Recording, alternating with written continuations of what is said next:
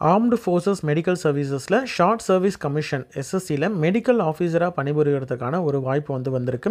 இதற்கு ஆன்லைனில் தான் அப்ளை பண்ண முடியும். 2024க்கான ஆன்லைன் ரெஜிஸ்ட்ரேஷன் ஆல்ரெடி ஓப்பனில் இருக்குது. இதற்கு அப்ளை பண்ணுறதுக்கான கடைசி நாள் ஆகஸ்ட் 4 சரிங்களா.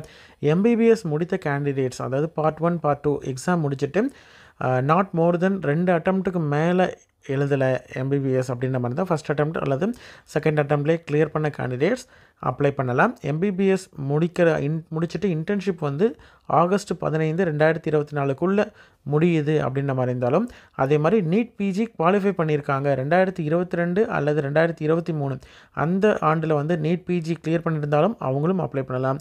சிவிலியன் டாக்டராக இருக்கிறாங்க, போஸ்ட் கிராஜுவேட் டிகிரி முடிச்சிருக்கிறாங்க அப்படின்ற மாதிரி இருந்தால் அவங்க நீட் பிஜி எழுதணும்னு அவசியம் இல்லை, எழுதலைனாலும் அவங்களும் எலிஜிபிள் சரிங்களா. இதற்கு நீட் பிஜி எக்ஸாமினேஷன் முன்னாடியே கிளியர் பண்ணி அவங்க வச்சுருக்காங்க அப்படின்ற மாதிரி இருந்தால் அவங்களும் அதை காமிச்சு நீங்கள் இதில் இன்டர்வியூக்கு அட்டன் பண்ணலாம் சரிங்களா. குவாலிஃபிகேஷனை பொறுத்த வரைக்கும் நம்ம முன்னாடி பார்த்த மாதிரி தான் மெடிக்கல் குவாலிஃபிகேஷன் முடிச்சிருக்கணும். அதுக்கப்புறம் நேஷ்னல் மெடிக்கல் கவுன்சில் படி ஸ்டேட் மெடிக்கல் கவுன்சிலையோ அல்லது என்எம்சிலையோ இல்லை எம்சிஐலையோ பதிவு பண்ணியிருக்கணும் சரிங்களா. இன்டர்ன்ஷிப் கம்ப்ளீட் பண்ணுறதுக்கான கடைசி நாள் ஆகஸ்ட் 15, 2024. அதுக்குள்ளே இன்டர்ன்ஷிப் முடிச்சிருக்கிறாங்க அப்படின்ற மாதிரி தான் அவங்க எலிஜிபிள். ஏஜ் லிமிட்டை பொறுத்த வரைக்கும் 31 டிசம்பர் 2024 அன்னைக்கு அவங்க 30 வயது அவங்க அட்டைன் ஆகிருக்கணும். அதாவது எம்பிபிஎஸ் கேண்டிடேட்டாக இருக்கிறாங்க அப்படின்ற மாதிரி இருந்தால் அவங்க ஆனர் ஆஃப்டர் ஜான்வரி 2, 1995க்கு அப்புறம் பிறந்திருந்திருக்கும். அதுவே பிஜி முடித்த கேண்டிடேட்ஸ் அப்படின்ற மாதிரி தான் 35 வயது, அதாவது ஆனர் ஆஃப்டர் 1990 ஜனவரி 2க்கு அப்புறம் பிறந்த கேண்டிடேட்ஸாக இருக்கணும். வேக்கன்சியை பொறுத்த வரைக்கும் 450 வேக்கன்சி இருக்குது. 338 மேல் வேக்கன்சியும் 112 ஃபீமேல் கேண்டிடேட்ஸ்க்கான வேக்கன்சியும் இருக்குது. இதற்கான வேக்கன்சி ஃபுல் அண்ட் ஃபுல் பார்த்தீங்கன்னா 2025 வரைக்குமே இந்த வேக்கன்சியில் இதில் வெயிட்டிங் லிஸ்ட் ஆப்ரேட் பண்ணுவாங்க.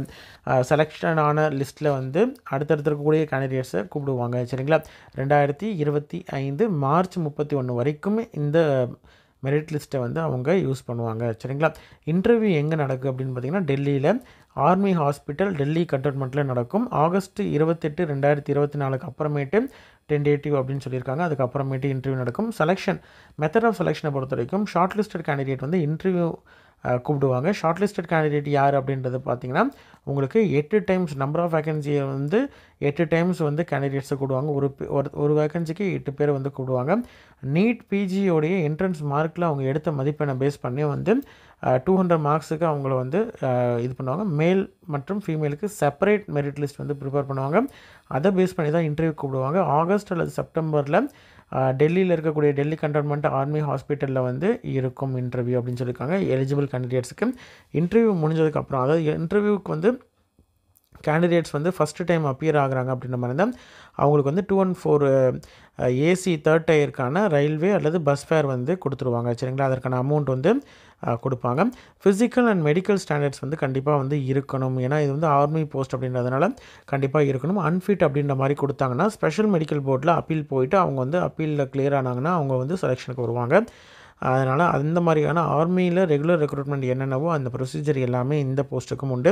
இன்கேஸ் உமன் கேண்டிடேட் ப்ரெக்னென்சி அப்படின்னு சொல்லிட்டு டிடெக்ட் ஆகிறாங்க அப்படின்ற மாதிரி இருந்தால் டெம்பரரிலி அன்ஃபிட் அப்படின்ற மாதிரி சொல்லிடுவாங்க.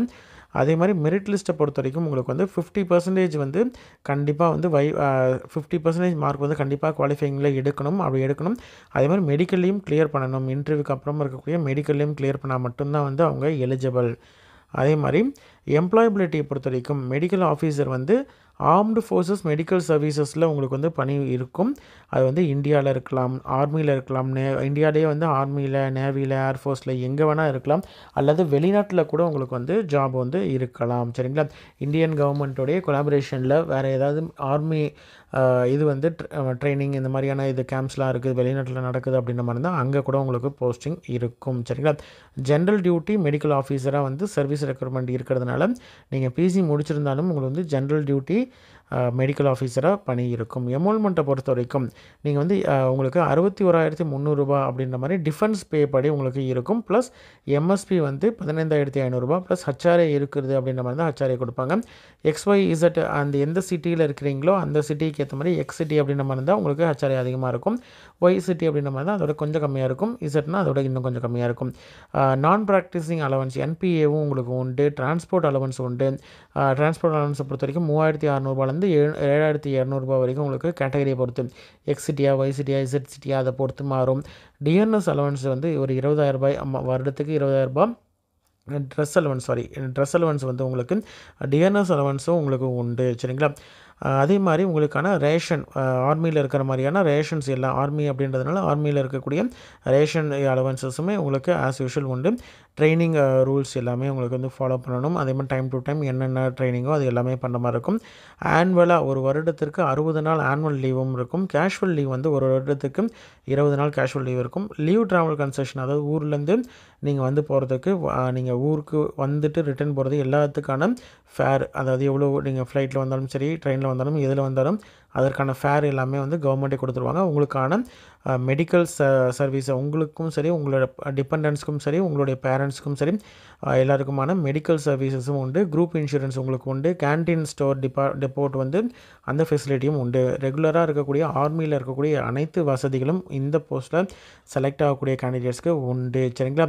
இதில் எஸ்எஸ்சி ஆஃபீஸரை பொறுத்த வரைக்கும் கேப்டன் ஈக்குவலன்ட் ரேங்க் வந்து நேவி ஏர்ஃபோர்ஸில் வந்து என்ட்ரி இதில் கேப்டன் இதில் தான் வந்து உங்களுக்கு கொடுப்பாங்க. அதுக்கப்புறம் 4 இயர்ஸ் சர்வீஸ் நீங்கள் பண்ணுறீங்க அப்படின்ற மாதிரி தான் லெஃப்டினன்ட் கர்னல் ஈக்குவலண்ட்டில் வந்து உங்களுக்கு கொடுப்பாங்க. இதுக்கப்புறமேட்டு உங்களுக்கு வந்து மொத்தமாக 11 இயர்ஸ் சர்வீஸஸ்க்கு அப்புறமேட்டு உங்களுக்கு அடுத்தடுத்த எலிஜிபிலிட்டி க்ரைட்டீரியாவுக்கு ஏற்ற மாதிரி உங்களுடைய போஸ்ட்டும் அடுத்தடுத்து போகும். சரிங்களா?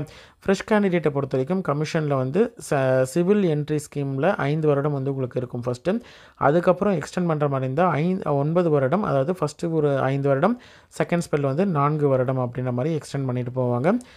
இதை பேஸ் பண்ணி தான் உங்களுக்கு வந்து அடுத்தடுத்த ப்ரொமோஷன்ஸ் இருக்கும். மேஜர் 4 வருடங்களுக்கு அப்புறம் major, lieutenant colonel, brigade, major general, lieutenant general அப்படின்னு சொல்லிட்டு ஒவ்வொரு போஸ்ட்டும் வந்து உங்களுடைய செலெக்ஷன் பேஸ்டு இருக்கக்கூடிய போஸ்ட் எல்லாமே வந்து அந்தந்த செலெக்ஷன் க்ரைட்டீரியா பேஸ் பண்ணி உங்களுக்கு வந்து இருக்கும். சரிங்களா? ப்ரொமோஷன் அதை பேஸ் பண்ணி தான் இருக்கும்.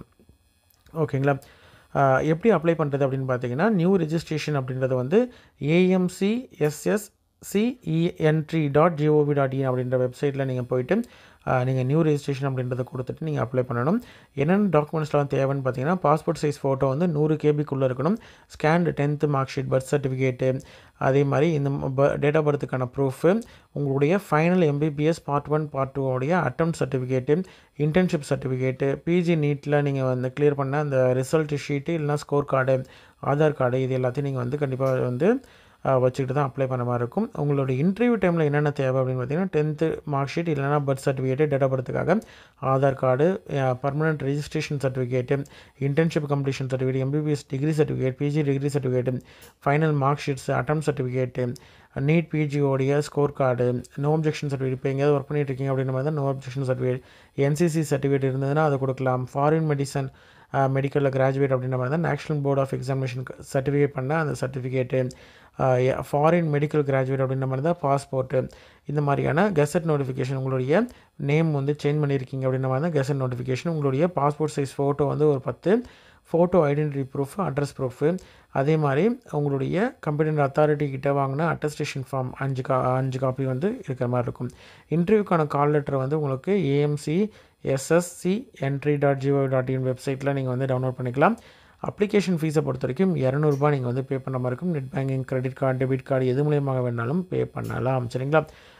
இதுதான் வந்து ஆர்மியில் இருக்கக்கூடிய இந்த பணியிடத்திற்கான எலிஜிபிள் மெடிக்கல் ஆஃபீஸர் பணியிடத்திற்கான எலிஜிபிலிட்டி செலெக்ஷன் எல்லாமே நம்ம டீட்டெயிலாக பார்த்துருக்கோம்.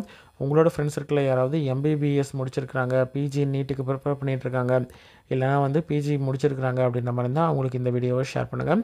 கண்டிப்பாக அவங்களுக்கு யூஸ்ஃபுல்லாக இருக்கும். சரிங்களா? ஏன்னா 450 மெடிக்கல் ஆஃபீஸர் பணியிடங்கள் இருக்குது.